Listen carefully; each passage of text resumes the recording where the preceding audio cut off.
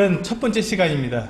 오늘은 첫 번째 시간으로 기도에 대해서 제가 말씀을 드리는데, 기도를 한마디로 말하면 제일 먼저 제가 드리고 싶은 말씀은 오늘 그 말씀 제목이죠. 기도는 예배다. 기도는 예배다 하는 말씀으로 기도에 대한 말씀을 처음으로 시작해 보고자 합니다. 우리는 예수 그리스도를 믿기 때문에 기도를 합니다. 그리고 또 어떤 문제가 생겼을 때 기도를 하고, 또 어려운 일이 있을 때 기도를 합니다. 또 우리가 이렇게 교회에 오면 또 기도를 하고요. 어떻게 보면 우리가 참 많은 기도를 하고 있는 것 같습니다. 우리가 기도를 별로 안 하는 것 같아도요. 생각해보면 참 많은 기도를 하고 있는데, 근데 우리가 그렇게 많이 기도하는 만큼 또 기도의 응답을 받고 있는가 하는 것입니다. 내가 기도하고 있는 만큼 그렇게 많이 응답을 받고 있는가, 이렇게 생각하면 우리가 이렇게 매일같이 우리가 기도하지만, 매일 또 여러 번 기도하지만 기도하는 만큼 응답을 받고 있는 것 같지는 않습니다. 그래서 때때로는 이런 생각 들죠. 내가 도대체 왜 기도해야 되는가? 왜 기도해야 되는가? 기도는 하고 있으면서도 왜 기도하는가, 해야 되는가 하고 생각하면서 어떤 이런 부정적인 생각이 들기도 합니다. 그러다 보니까요, 기도를 하면서도 기도를 이렇게 형식적으로, 그냥 형식적으로 기도할 때가 있습니다. 그러니까 우리가 응답받지 못하는 기도를 하니까, 그러니까 하나님께 기도를 드렸는데 그 기도에 대한 응답이 내게 없으니까 어떻게 됩니까? 이 기도에 대해서 이게 별로 생각하지 않고, 그런데 내가 또 예수 믿는 사람이 기도 안 할 수는 없고 그냥 기도를 하는 거예요. 근데 응답은 없고 내가 기도가 제대로 되는지 잘 모르니까 그냥 아무 생각 없이 그냥 기도하는 겁니다. 그러다 보니까 어떻게 됩니까? 내가 기도를 했지만 기도가 끝나고 나면 내가 뭘 기도했는지도 사실 모를 때가 있는 것이죠. 이게 참 슬픈 일인데, 이게 우리의 현 주소일 수도 있습니다. 내가 기도하면서도 내가 뭘 기도했는지, 기도하고 난 다음에 진짜로 내가 기도한 게 무엇인지 잘 모르면서 기도할 때가 있다는 것이죠. 이제 그러다 보니까 이렇게 형식적인 기도가 반복되다 보면은 어떻게 되냐면요, 내가 기도는 기도대로 하고 내 삶은 내 방식대로, 내가 살던 방식대로 그대로 그냥 살아가고, 기도와 내 삶이 전혀 관계가 없는 이런 기형적인 삶을 살아가게 된다는 것입니다. 여러분, 기도는 우리의 삶의 호흡이라고 합니다. 호흡. 여러분, 숨 안 쉬고 살아갈 수 있는 분 계십니까? 네, 숨 안 쉬고 우리가 살 수가 없습니다. 기도가 우리의 호흡과 같다라고 말을 한다면, 그럼 기도 없이는 살 수 없는 건데, 내가 기도하는 것과 내가 살아가는 것과 서로 이게 아무 관계가 없다면 이건 너무 기형적인 거죠. 숨 안 쉬고 살아갈 수 있다는 것과 똑같기 때문에 이건 대단히 기형적인 것입니다. 말도 안 되는 일입니다. 근데 우리는 그 말도 안 되는 삶을 우리는 지금 그렇게 우리가 살아가고 있지 않은가 하는 것입니다. 이 기도의 응답을 받지 못하는 많은 분들이 도대체 왜 기도해야 합니까? 라고 많이들 이야기합니다. 도대체 왜 기도해야 합니까? 또 어떤 분들은 이렇게까지 얘기하죠. 내가 기도하지 않아도 하나님께서 내 사정을 다 알고 계시지 않습니까? 하나님께서 다 내 사정을 다 아는데 굳이 제가 이렇게 기도할 필요가 뭐가 있습니까? 하나님께서 다 아셔서 가장 좋은 것을 주시고 또 나를 하나님의 뜻대로 인도해 가실 터인데 굳이 내가 기도하지 않아도 큰 문제가 없지 않겠습니까? 라고 그렇게 말하는 분들도 있습니다. 여러분, 하나님께서, 우리가 한번 생각해 보시면 좋겠습니다. 우리가 하나님께 정말 간절히 기도하면 하나님께서 그 뜻을 바꾸실까요? 어떻습니까? 우리가 하나님께 간절히 기도하면 하나님께서 계획하신 그 계획을, 하나님의 뜻을 바꾸시기도 하실까요? 어떠세요, 여러분 생각에? 바꾸십니까? 결코 그렇지 않습니다. 거기서 우리가 오해가 있습니다. 하나님은요, 결코 하나님의 뜻을 바꾸지 않으십니다. 우리가 아무리 기도해도 하나님은 결코 하나님의 뜻을 결코 바꾸시지 않습니다. 그리고 하나님은 약속대로 반드시 이루시는 분이십니다. 하나님께서 계획하신 그대로 정확하게 이루시는 분입니다. 그렇기 때문에 우리는 하나님께 기도하는 것입니다. 우리가 만약에 하나님께 기도해서 하나님의 뜻을 우리가 바꿀 수 있다면, 하나님의 그 계획을 우리가 바꿀 수 있다면, 그래서 우리의 기도 때문에 하나님께서 그 계획을 바꾸시는 분이라면 우리는 하나님을 믿을 수 없습니다. 마음대로 바뀌시는 분, 그 뜻이 늘 조석간에 바뀌시는 그분을 우리가 어떻게 믿고 어떻게 그분께 우리가 기도할 수 있겠습니까? 하나님은 계획하신 것을, 하나님께서는 말씀하신 그 약속하신 그 모든 것들을 결코 바꾸시지 않습니다. 정확하게 말씀하신 그대로 이루시는 분입니다. 그렇기 때문에 우리는 안심하고 그분을 믿고 그분께 기도할 수 있는 것입니다.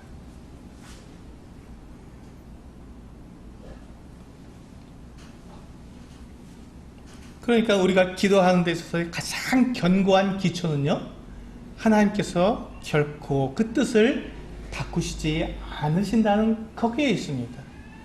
하나님께서는 말씀하신 바를 반드시 이루신다는 것을 우리가 믿기 때문에 우리는 안심하고 기도할 수 있고 하나님의 뜻대로 우리는 기도할 수 있는 것입니다. 그래서 그럼 하나님께서 우리가 알고 있는, 우리 성도님들이 잘 알고 계시는 하나님의 갖고 계시는 기본적인 뜻이 무엇이죠? 하나님께서 기본적으로 갖고 계신 뜻, 사람들을 향한 기본적인 뜻이 무엇이죠? 하나님은 우리를 사랑하십니다. 그리고 우리를 구원하기 원하십니다. 그리고 우리와 함께 영원히 살기를 원하십니다. 만약에 하나님께서 이 뜻을 바꾸신다면 우리가 어떻게 기도하겠습니까? 기도할 수 없습니다. 절대로 하나님은 그 뜻을 바꾸시지 않기 때문에 우리는 기도할 수 있습니다. 그분을 믿고 기도할 수 있습니다. 하나님께서는 우리를 사랑하시고 우리를 구원하시고 하나님께로 나아와서 하나님과 함께 살기를 원하시는 그 뜻을 가지셨고, 놀랍게도요, 그 뜻을 이미 예수 그리스도를 통해서 이뤄 놓으셨어요. 이뤄 놓으셨습니다. 예수 그리스도를 통해서. 그렇죠? 그리고 그 뜻을 통해서, 예수 그리스도를 통해서 우리가 하나님께 나올 수 있도록 우리를 계속 인도하고 계시는 거예요. 우리가 하나님을 막 떠나고 싶어도 하나님께서 떠날 수 없도록 하나님께서 그런 계획을 갖고 계시기 때문에 우리를 붙들고 계시는 거예요. 하나님께 나오도록 부르시고 계신 거죠.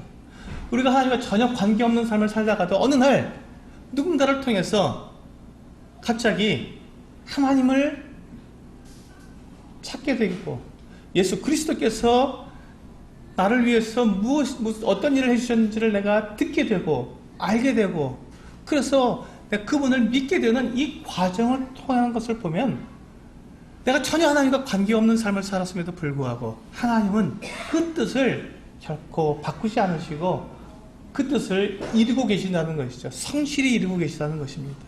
그래서 우리는 기도할 수 있습니다. 내 가족을 위해서도 기도할 수 있고요, 내 친척을 위해서도 기도할 수 있고, 내 사랑하는 사람들을 위해서도 우리는 기도할 수 있습니다. 주님께서 가지신 그 계획, 그가 누구이다 할지라도 관계없이 그 모든 사람들을 사랑하시고 구원하시기 원하시는 그 하나님의 그 계획을 내가 알기 때문에 우리는 안심하고 우리는 기도할 수 있습니다. 그가 누구이든지 간에 상관없이.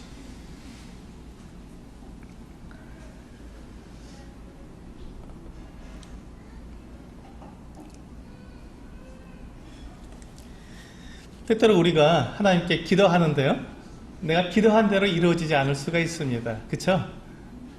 내가 기도하지만 내가 기도한 대로 그대로 이루어지지 않을 때가 있습니다. 근데 만약에 내가 2번 기도하고 3번 기도하고 10번 기도했는데도 하나님께서 뜻을 바꾸시지 않으시고 계속해서 내가 원하는 대로 이루어지지 않으면 우리는 어떻게 해야 합니까? 우리 그때 어떻게 해야 합니까? 네, 우리 그때 알아야 됩니다. 아, 내가 하나님의 뜻과 다른 기도를 하고 있구나 하면서 알아야 합니다. 하나님께서 내 기도를 안 들어주신 이유가 있구나. 내가 하나님의 뜻과 맞지 않는 기도를 하고 있구나. 내가 잘 몰랐지만 내가 하나님의 뜻과 맞지 않는 기도를 하고 있었구나 하는 것을 알 수 있습니다. 두 번째, 내가 좀 기다릴 수도 있다. 하나님께서 노라고 하지 않으셨으면 좀 기다려야겠다. 아직 때가 안 됐나 보구나. 좀 더 기다려 봐야겠다. 기다리면서 기도해야겠다 라고 우리는 그것을 알 수 있는 것이죠. 왜냐하면 하나님은 뜻을 바꾸시지 않으시는 분이기 때문에 우리 그걸 정확하게 알 수 있습니다. 그래서 다음 주에 제가 전할 기도에 대한 제목은요, 기도는 기다리는 것이다. 예, 기도는 기다림이다 라는 제목으로 말씀을 드릴 겁니다. 우리가 이와 같이 하나님께 계속 기도하는데도 그 기도가 내 기도대로 이루어지지 않으면 우리는 그것에 대해서 분명히 알 수 있는 거예요. 이게 지금 당장 나에게 그것이 필요 없거나 아니면 나에게 전혀 필요 없는 것일 수도 있다는 것이죠. 우리는 그것 때문에 우리는 고민해야 합니다. 무엇을 고민하죠? 하나님의 뜻이 무엇인지에 대해서 우리는 고민하게 되는 것이죠. 그래서 성경을 읽어보는 것이고, 또 그것에 대해서 내가 성경을 읽어도 잘 알지 못하면 다른 분들에게 물어보는 거죠. 내 사정에 대해서 상담을 통해서, 교제를 통해서 그것을 알아보는 것입니다.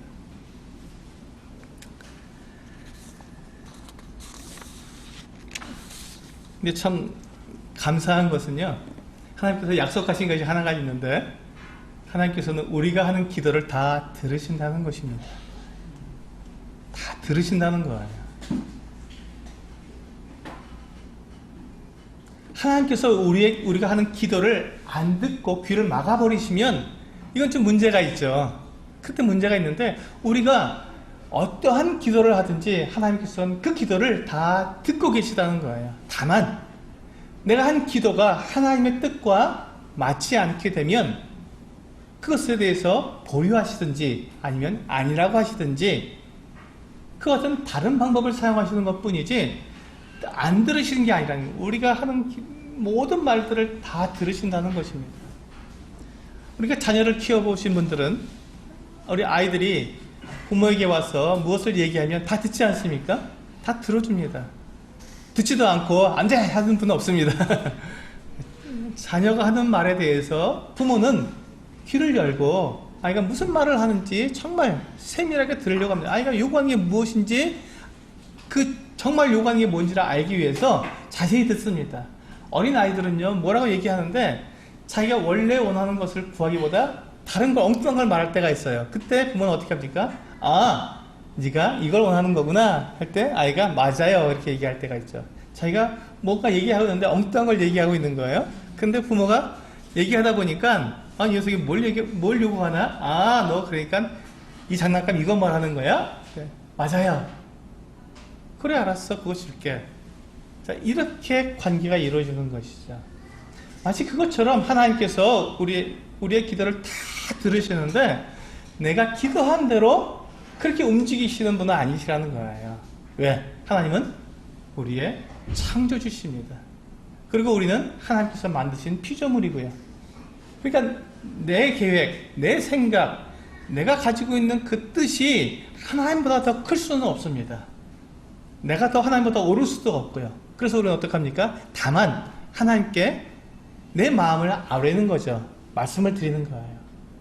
그럼 하나님께서는 나보다 더 크신 분이고 나를 만드신 분이고 나의 모든 걸 다 아시는 분이기 때문에 내가 하는 기도를 다 들으시고 내가 지금 하는 말에 진짜 원하는 것이 무엇인지, 진짜 필요한 것이 무엇인지를 알아서 그것을 나에게 주신다는 것이죠. 그게 하나님이십니다.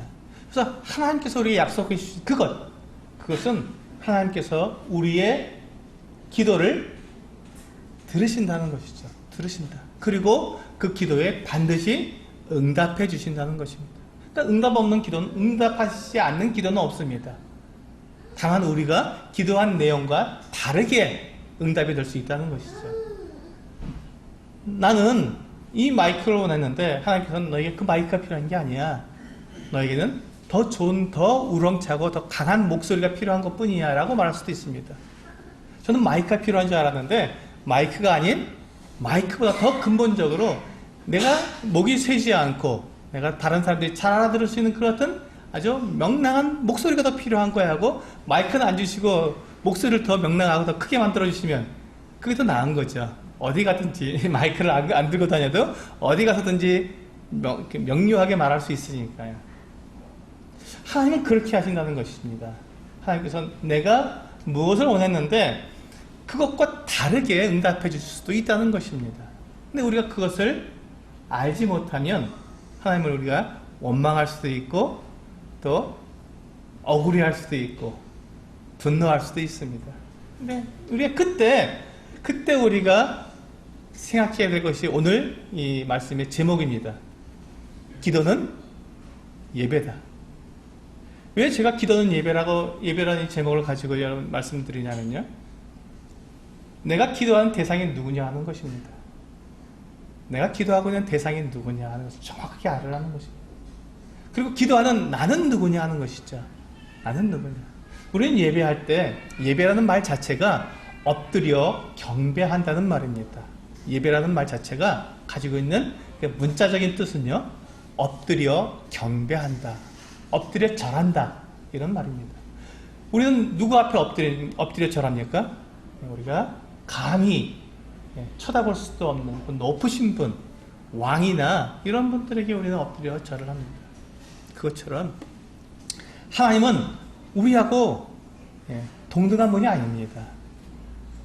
우리가 감히 하나님과 같은 수준에서 우리가 대화할 수 있는 그런 분이 결코 아니십니다. 다만 하나님께서 우리를 위해서 당신의 허리를 굽히셔서 낮춰주시는 것 뿐이죠. 우리의 하는 말을 듣기 위해서, 우리의 사정을 보시기 위해서 허리를 굽히시는 거예요. 이것을 문자적으로 은혜라는 말이 바로 이 하나님이 허리를 굽히시다라는 말입니다. 하나님께서 허리를 굽히셔야 할 이유가 뭐가 있겠습니까? 그런데 하나님께서 우리의 기도를 들으시기 위해서, 우리의 사정을 들으시기 위해서 하나님께서 허리를 굽히시는 거예요. 그리고 우리에게 하나님의 가지신 능력과 그 사랑으로 우리에게 갚아주시는 거예요. 왜? 우리와 너무 차이가 나시는 분인데 그 차이를 좁히시기 위해서 하나님께서 허리를 숙이시는 것, 하나님께서 허리를 숙이시는 것, 그것이 은혜입니다. 하나님께서는 우리의 기도를 들으시기 위해서 허리를 숙이시고 우리에게서 그 은혜를 베푸시는 것입니다. 그래서 우리는 기도는 예배다. 하나님께서 허리를 숙이시고 내 음성을 들으시도록 하는, 나는 하나님께서 허리를 숙이시지만 우리는 무릎 꿇고 엎드려 그분께 기도하는 것이죠. 그래서 우리는 기도는 예배입니다.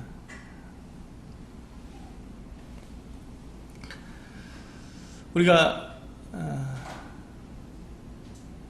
하나님께 기도할 때 우리는 하나님의 뜻이 중요하다고 그랬습니다. 하나님의 뜻을 알면 우리가 엎드려 기도할 수 있습니다. 하나님의 뜻을 모르고 내 뜻을, 내 고집을 하나님께 말씀드릴 때는 우리는 엎드릴 수 없습니다. 항변해야 되니까요. 하나님, 이거 애들 떼쓰는 아이들 보세요. 예, 우리 아이들 떼쓰는 아이들, 네, 아이들 경우를 따집니까? 예의를 갖춥니까? 아닙니다. 그 아이들은 그냥 막 그걸 자기가 갖고 싶은, 자기가 원하는 것을 얻기 위해서 엎드리지 않습니다. 막 뛰고 부르고 난리를 칩니다. 소리 지릅니다. 왜 그렇게 할까요? 내가 원하는 것을 갖기 위해서 그렇습니다. 그건 예배가 아니지요. 그건 예배가 아닙니다. 그런데 정말로 이 왕 앞에 나오고 하나님 앞에 나와서 예배, 경배하는 자세로 우리가 말씀을 드릴 때는요, 엎드리게 됩니다. 엎드려서 정말 간절하게, 누구의 뜻대로? 네. 왕의 뜻대로, 하나님의 뜻대로. 제가 드릴 수 있는 말씀은 이것인데, 왕의 처분대로 해주소서, 하나님께서 뜻대로 이루어 주소서 하는 것이, 이것이 기도입니다. 그래서 그것은 예배가 되는 것이죠. 내 뜻대로가 아니라 아버지의 뜻대로, 하나님의 뜻대로이기 때문에 예배가 되는 것이죠. 오늘 제가 주보에 실어드린 본문 말씀은 다니엘서 9장에 있는 말씀입니다. 다니엘서 9장 말씀인데요. 본문이 굉장히 깁니다. 근데 제가 이걸 다 적었어요. 왜냐하면 이게 다니엘이 하나님께 한 기도입니다. 그래서 이것이 이 다니엘이 하나님께 기도할 때 제가 기도의 가장 기도는 예배라고 하는 이 부분을 가장 정말 모범적으로 한 기도의 예가 되기 때문에 제가 기도의 전문을 다 실었습니다. 여기 보시면요. 1절부터 제가 읽어드리면서 같이 말씀을 드리겠습니다. 주보를 보시면 됩니다. 메대 족속 아하수에로의 아들 다리오가 갈대아 나라 왕으로 세움을 받던 첫 해, 곧 그 통치 원년에 나 다니엘이 책을 통해 여호와께서 말씀으로 선지자 예레미야에게 알려주신 그 연수를 깨달았나니 곧 예루살렘의 황폐함이 70년 만에 그치리라 하신 것이니라. 여기 보시면 다니엘이 예레미야서를 읽다가, 그러니까 여러분 예레미야가 다니엘보다 먼저 선지자라는 걸 알 수 있겠죠, 이 말씀을 통해서. 네, 예레미야는 이 유다가 남왕국 유다가 포로로 끌려오기 전에 활동하던 그와 같은 선지자였습니다. 그래서 이 예레미야가 있고 그 다음에 이 다니엘은 유다가 이제 이 바벨론으로 끌려올 때 소년이었습니다. 소년. 아직 군대에 나가지 않은 20세가 채 되지 않은, 그렇지만 우리가 봤을 때 한 17살 정도 되지 않았겠는가 하는 그 정도 나이의 소년이었습니다. 다니엘은. 근데 지금 다니엘이 이제 나이가 많아졌습니다. 60 정도 된 나이입니다. 그때 이 다니엘이 이 예레미야 선지자가 기록해 놓은 예레미야서, 우리가 갖고 있지 않습니까? 예레미야서를 그가 쭉 성경을 읽었습니다. 읽다가 한 가지 하나님의 뜻을 깨달은 거예요. 뭐냐면 그 연수를 깨달았다. 연수. 그 하나님께서 연도를 계획하셨다는 거예요. 계획을 세우셨다는 거예요. 근데 그것이 뭐냐면 예루살렘의 황폐함이 70년 만에 끝난다. 하나님께서 이 유다 백성들을 바벨론으로 포로로 끌려간 것을 70년만 그렇게 하고 다시 되돌려 보내겠다라고 하는 이 어떤 계획을 예레미야의 선지자에게 미리 알려주신 거예요. 그러니까 다니엘이 그것을 성경을 보고는, 아, 그렇구나. 하나님께서 70년 동안만 유다를 이렇게 괴롭히시는 거구나 하고 깨달았습니다. 그 다음에 회복시켜 주시는구나 하고 깨달았습니다. 이스라엘이 다시 회복될 수 있는, 예루살렘이 다시 회복될 수 있는 이것을 알게 되었습니다. 하나님의 뜻을 깨달은 거예요. 그 다음에 하나님의 뜻을 알았을 때 다니엘이 그 다음에 무엇을 했는지 한번 보시기 바랍니다. 3절부터 내가 금식하며 베옷을 입고 재를 덮어쓰고 주 하나님께 기도하며 간구하기를 뭐 했다고요? 결심했다고 말하고 있습니다. 여기 보시면 다니엘이 지금 하고 있는 이 행동은요, 우리가 죄를 자백하게 될 때, 회개할 때 하는 행동입니다. 자기가 뭐라고 했죠? 금식하고 베옷을 입고 재를 덮어쓰고. 자, 이 모습은요, 우리가 베옷은 우리가 삼베옷 있지 않습니까? 우리가 부모님이 돌아가시면 예전에 삼베옷을 입지 않았습니까? 왜 삼베옷을 왜 입죠? 삼베옷은 굉장히 거친 옷입니다. 바람이 숭숭 다니고요, 거칠고 굉장히 불편합니다.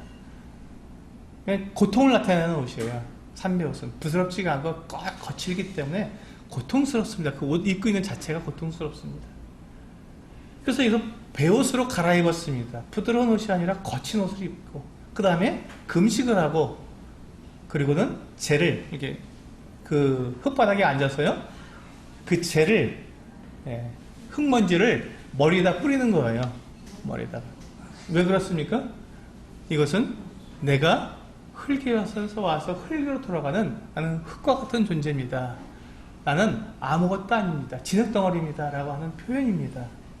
그래서 지금 이 다니엘이 하는 이 행동은요, 전형적으로 죄를 회개할 때 하는 모습입니다. 근데 지금 다니엘이 하나님께서 지금 이 예루살렘을 회복해 주신다는 이 뜻을 깨달았는데 왜 회개합니까? 왜 회개합니까?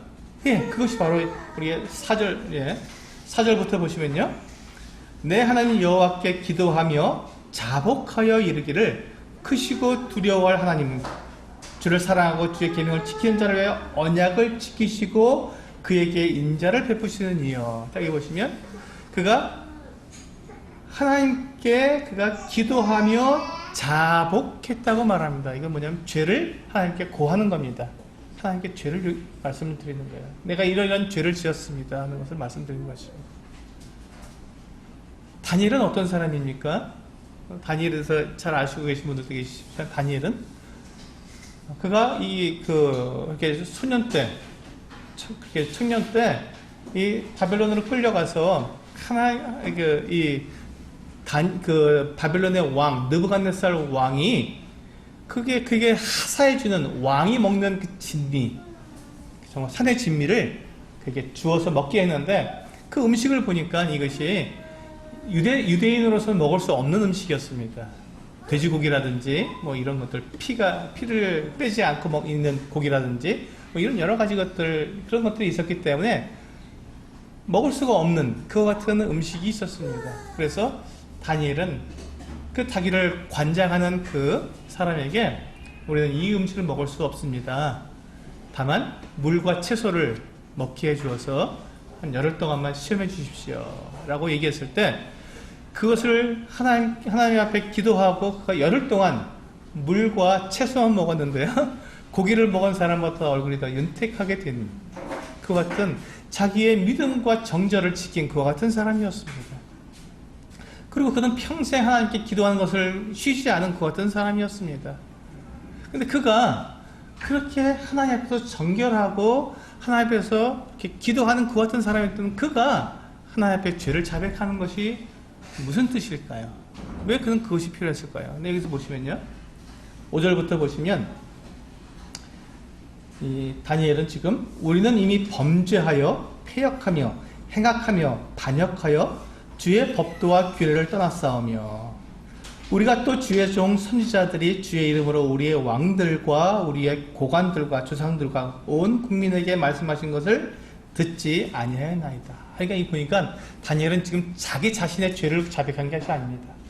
지금 예루살렘이 그렇게 황폐하게 된, 자기 나라와 민족이 지금 이렇게 망해서 포로로 이 바벨론에 끌려오게 된 그 이유, 그 원인을 그가 생각했던 것이죠. 하나님께서 아무 이유 없이 그 유다 나라를 갖다가 망하게 하신 것이 아니었습니다.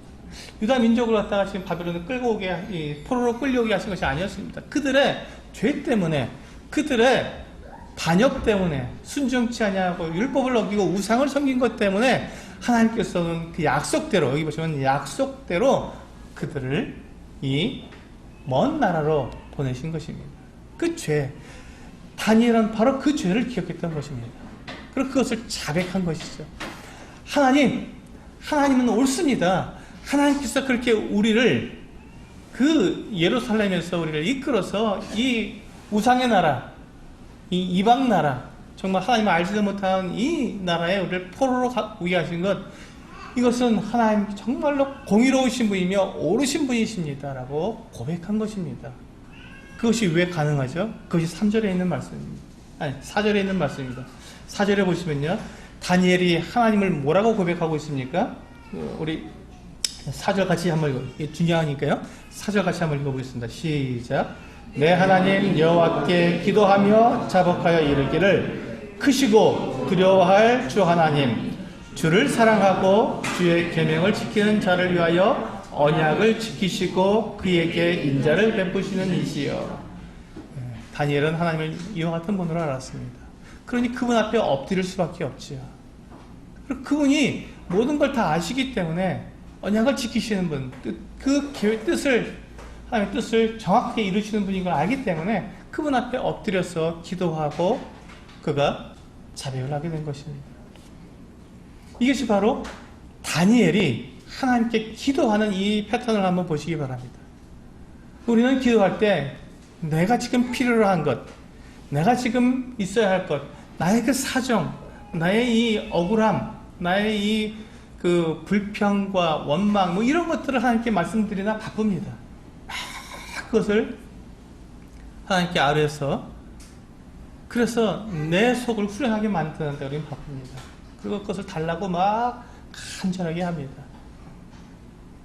그런데 우리가 그 하나님, 내가 지금 그렇게 간절히 구하는 그 기도의 대상이 누구신지 우리는 생각하지 않습니다. 내가 기도하는 대상이 누구신지 우리는 그분이 감히 그 앞에서 내가 지금 무슨 말을 하고 있는지 우리는 생각하지 않는 것이죠. 다니엘은 이와 같이 기도했습니다. 그분이 누구신지 분명히 이야기한 거죠. 크시고 두려워할 하나님, 주를 사랑하고 주의 계명을 지키는 자를 위해 언약을 지키시는 분, 그게 인자를 베푸시는 분 하고 하나님이 누구신지, 자기가 지금 이 기도를 드리는 이분이 누구신지에 대해서 정확하게 그가 알고 그분 앞에 엎드렸던 것입니다. 그러니 기도가 예배가 될 수밖에 없었지요. 그러니까 그분 앞에 그가 지금 그에게 처한 그 상황에 대해서 억울하다, 하나님 빨리 지금 이 상황을 갖다가 해결해 주십시오. 우리 이스라엘, 우리 유다 민족이 지금 이 바벨론에서 이 고통을 받는데 하나님께서 뜻하고 계시지 않았습니까? 이렇게 해주신다고 했지 않습니까? 빨리 해주세요 라고 말씀드린 게 아니라, 하나님 옳습니다. 하나님 옳습니다. 하나님은 정말로 공의로우신 분입니다. 우리가 이렇게 지금 이 바벨론의 포로로 끌려온 것 당연합니다. 맞죠? 당연하지요. 우리가 이렇게 하나님 앞에서 죄를 지었고, 이렇게 하나님 앞에서 우상을 섬겼고, 불순종했는데 당연합니다 하면서 하나님을 하나님답게 하나님께서 하신 그 일을 인정해드리고 높여드리고, 그리고 억울함보다는 우리의 잘못에 대해서 하나님께 낮추어 드린 것이지요. 이것이 기도의 시작입니다. 우리의 기도는 이와 같이 시작하는 것입니다. 이것이 기도의 시작입니다. 그래서 이제 그 뒤로 보시면요, 6절, 7절, 8절, 9절 쭉 보시면 이게 다 자백하는 내용입니다. 지금 이스라엘 그 민족이 어떠한 잘못과 죄를 지었는지 하나하나, 그러나 그 가운데서 하나님께서는 계속해서 그들을 보살펴 주셨고 돌봐주셨고 그들을 인도해 주셨음에도 불구하고 그것을 거절하고 그들이 계속해서 범죄했던 것에 대해서 그는 자백을 했던 것입니다. 그리고는 이제 16절로 가면 드디어 하나님께 구합니다. 주여 구하옵나니 주는 주의 공의를 따라 주의 분노를 주의 성 예루살렘 주의 거룩한 산에서 떠나게 하옵소서. 이는 우리의 죄와 우리 조상들의 죄악으로 말미암아 예루살렘과 주의 백성이 사면에 있는 자들에게 수치를 당함이니이다. 그래서 보세요. 지금 다니엘이 하나님께 구하는 것이 자기가 가지고 있는, 자기가 원하는 것을 막 강하게 달라고 그렇게 하나님께 때를 쓰고 있습니까? 아니면 하나님께 은혜를 구하고 있습니까? 자비와 긍휼을 구하고 있습니까? 예, 은혜를 구하고 있습니다. 하나님께서 우리에게 허리를 숙이셔서 우리에게 베풀어 주시는 그 은혜를 지금 이 다니엘은 하나님께 구하고 있는 것입니다. 하나님, 이것은 내가 당연히 하나님께 구할 것이 아닌데 하나님께서 우리를 긍휼히 여겨주신다면, 우리를 불쌍히 여겨주신다면 하나님께서 이와 같이 해주시면 참으로 감사하겠습니다 하고 그렇게 하나님께 구한 것입니다. 이게 다니엘의 모습이에요. 자, 이 기도에, 우리가 기도를 하지만 이 기도에서 우리가 볼 수 있는 게 뭡니까? 정말 다니엘은 계속해서 하나님을 높여드리고 있는 거예요. 그래서 기도는 예배입니다. 하나님을 높여드리는, 우리의 그 대상을 우리는 생각했을 때 이렇게 안 할 수가 없지요. 이렇게 안 할 수가 없지. 그래서 기도는 예배가 되어야 하는 것입니다.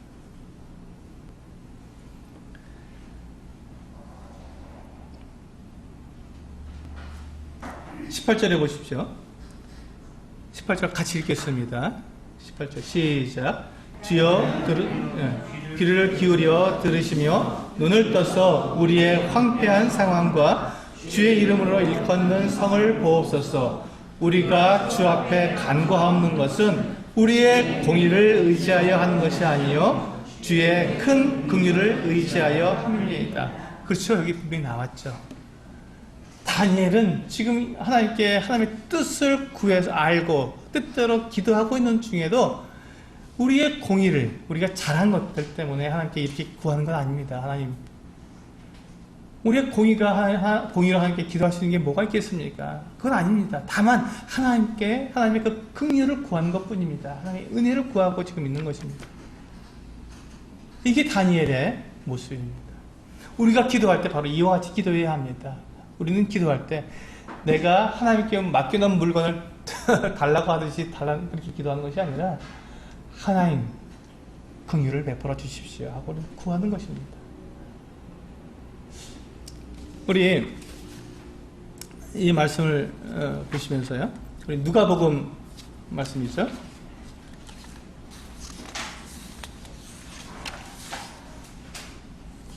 네, 누가복음 18장 말씀에서 우리는 이와 여기에 대한 교훈을 얻을 수 있으리라 생각이 됩니다. 누가복음 18장입니다.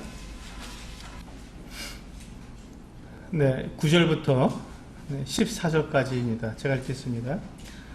또 자기를 의롭다고 믿고 다른 사람을 멸시하는 자들에게 이 비유로 말씀하시되 두 사람이 기도하러 성전에 올라가니 하나는 바리새인이요 하나는 세리라. 바리새인은 서서 따로 기도하여 이르되 하나님이여, 나는 다른 사람들 곧 토색, 불의, 간음을 하는 자들과 같지 아니하고 이 세리와도 같지 아니함을 감사하나이다. 나는 일에 2번씩 금식하고 또 소득의 11조를 드리나이다 하고 13절, 세리는 멀리 서서 감히 눈을 들어 하늘을 쳐다보지도 못하고 다만 가슴을 치며 이르되 하나님이여, 불쌍히 여기소서, 나는 죄인이로소이다 하였느니라. 내가 너희에게 이르노니 이에 저 바리새인이 아니고 이 사람이 의롭다 하심을 받고 그의 집으로 내려가느니라. 무릇 자기를 높이는 자는 낮아지고 자기를 낮추는 자는 높아지리라 하시니라. 여기 보시면 주님께서 기도에 대해서 비유로 말씀해 주셨습니다. 두 사람이 기도를 했는데 한 사람은 바리새인이었습니다. 그리고 한 사람은 세리였고요. 바리새인은 종교적으로 굉장히 인정받는 그러한 사람이었습니다. 세리는 세무직원인데 이 당시 로마의 식민지인 이스라엘이었기 때문에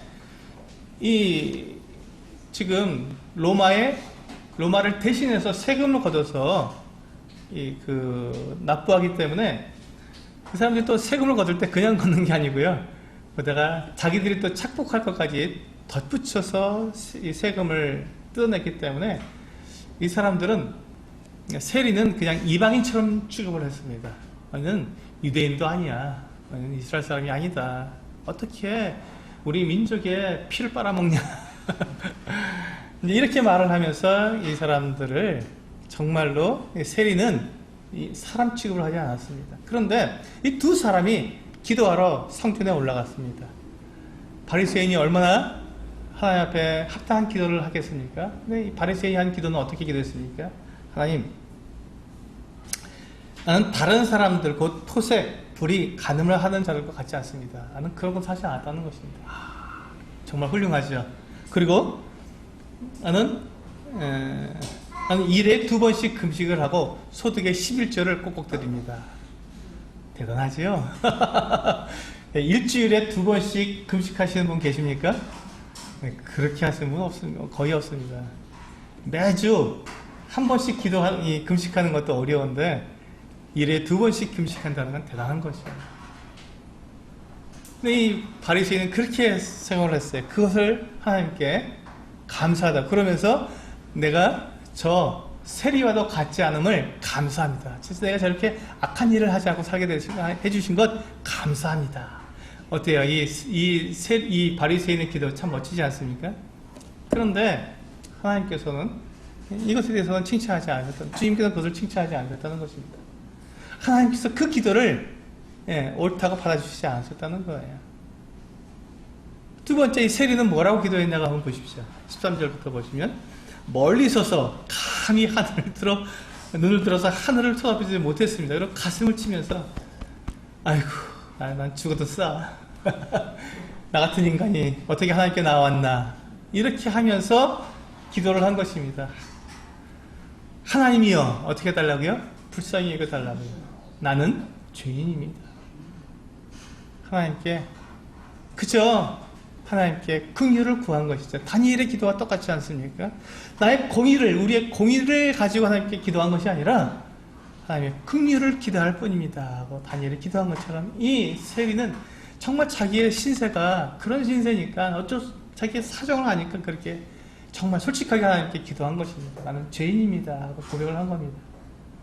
참 놀라운 것은 이제 14절에 보니까 예수님께서 뭐라고 하셨냐면 내가 너희에게 이르노니 저 바리새인이 아니고 그렇게 정말 아주 영적이고 아주 헌신적이고 대단하게 생긴 이 바리새인이 의롭다 하는 어떤 것이 아니라 이 사람이 세리가 의롭다 하심을 받았다고 말씀해주고 있습니다. 여러분 기도는요, 기도는 예배입니다. 내가 기도하는 그 대상이 하나님이십니다. 하나님 내 안에 있는 걸 모르시는 분이 아닙니다. 우리의 모든 걸 다 아시는 분이십니다. 그렇기 때문에 우리는 하나님께 정말 정확하게 솔직하게 있는 그대로 우리는 기도할 수밖에 없습니다. 나의 그 악함과 나의 그 죄악됨을 하나님 앞에서 기도하지 않을 수가 없는 것입니다. 그래서 우리는 기도를 시작할 때 예배로 시작하는 것입니다.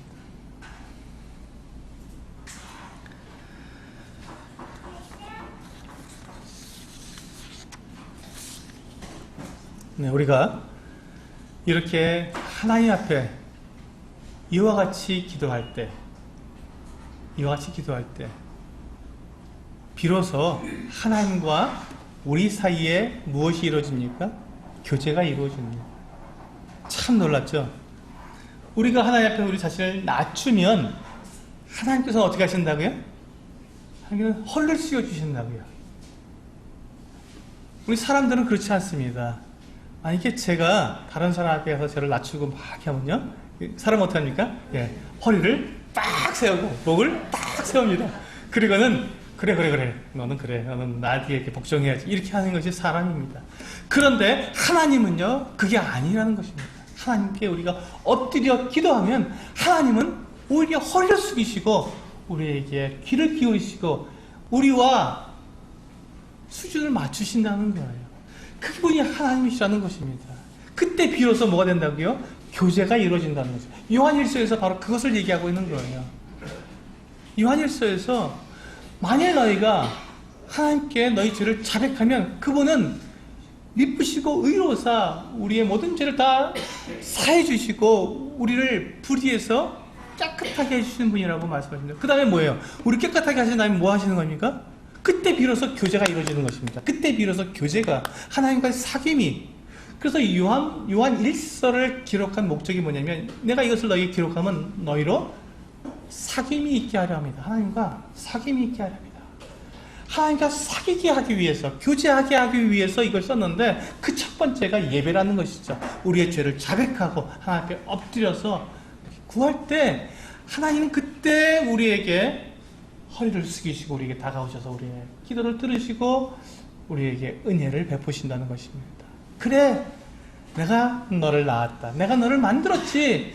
내가 너를 정말로 사랑해서 내가 내 아들을 너에게 주었다.